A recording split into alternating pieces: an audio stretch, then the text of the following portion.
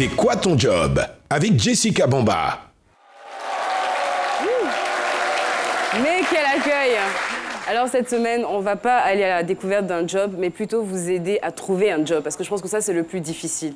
Comment identifier le métier, sinon le job qui vous convient? Alors je pense qu'ici sur le plateau, pour la plupart, ils ont fait des formations pour devenir, pour effectuer un métier, exercer un métier. Aujourd'hui, ils se retrouvent complètement à l'opposé de ce qu'ils avaient prévu faire. Docteur Philo devait être professeur. Voilà, aujourd'hui. Mais je ne suis pas complètement à l'opposé. Non, c'est vrai. Non, je donne des enseignements ici. Tout à pour ça, fait. je donne des enseignements. Donc, Absolument. voilà. Oui. Alors, pour éviter justement de vous planter, parce qu'on sait très bien que votre job, ça va être la plus grande partie de votre vie, et c'est très important de trouver un job dans lequel vous êtes épanoui. La première chose à faire, c'est d'identifier vos aptitudes.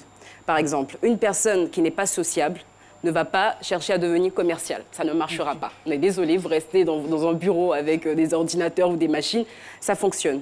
Une personne qui n'aime pas parler, par exemple... Et ne venez surtout pas vers l'animation. Hein. Surtout pas. Si vous n'êtes pas sociable, parce que là, c'est, on va dire, c'est le job des rencontres, exactement, du partage, de l'amour. Non, mais surtout que c'est un sacerdoce, en fait. C'est cela. Il y a des métiers, on va dire qu'on n'y va pas vraiment pour de l'argent. Être médecin, avocat, normalement, hein, médecin, avocat, animateur, ce sont des sacerdoces. C'est-à-dire que vous y allez parce que vous voulez aider les gens, parce que vous voulez procurer du plaisir, donner de vous-même. Donc, si vous n'êtes pas très généreux, évitez ce métier, d'accord? C'est aussi simple que ça.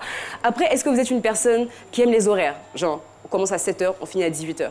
Si vous aimez ça, la banque, ça sera parfait pour vous. Si vous n'aimez pas les horaires, bah voilà, vous voulez commencer à 8h, terminer à 19h, travailler souvent le 1er janvier comme nous, voilà, le 31, le 25, il n'y a pas d'horaire. Vous savez vers quel type de métier vous allez vous orienter. Ensuite, une fois que vous avez été honnête avec vous, vous avez identifié vos aptitudes, c'est très important d'être honnête, de ne pas écouter les autres. Écoutez, mais n'oubliez pas que c'est vous qui décidez à la fin. Ensuite, il faut vous renseigner. Vous décidez par exemple d'être, je dis n'importe quoi, médecin, gynécologue. Vous allez vous renseigner dans votre pays, quel est le gynécologue qui est vraiment le plus connu, que tout le monde connaît. Vous vous approchez, vous allez vous informer un tout petit peu sur son parcours. C'est pas sûr que vous ayez exactement le même, mais vous allez pouvoir vous en inspirer. Donc ça, c'est très important. Et ensuite, il faut vous former. C'est très important. La formation, c'est la base de tout. Tout le monde n'est pas fait pour être dans un bureau. Vous pouvez être cordonnier, vous pouvez être chef cuisinier. N'oubliez pas que le président de la République a un chef cuisinier, le président de la République a un cordonnier, le président de la République a un styliste, la présidente a une coiffeuse, une maquilleuse. Le plus important, n'oubliez pas, c'est d'être le meilleur dans tout ce que vous décidez de faire. Et surtout, ne vous laissez pas démonter par des personnes. Des personnes qui vont trouver qu'être animateur, c'est pas assez valorisant. Il faut être avocat, il faut être médecin, il faut être juriste, président de la République. Le plus important, c'est d'avoir une vision et puis de rester focus sur votre vision. Merci beaucoup, Jessica Bomba.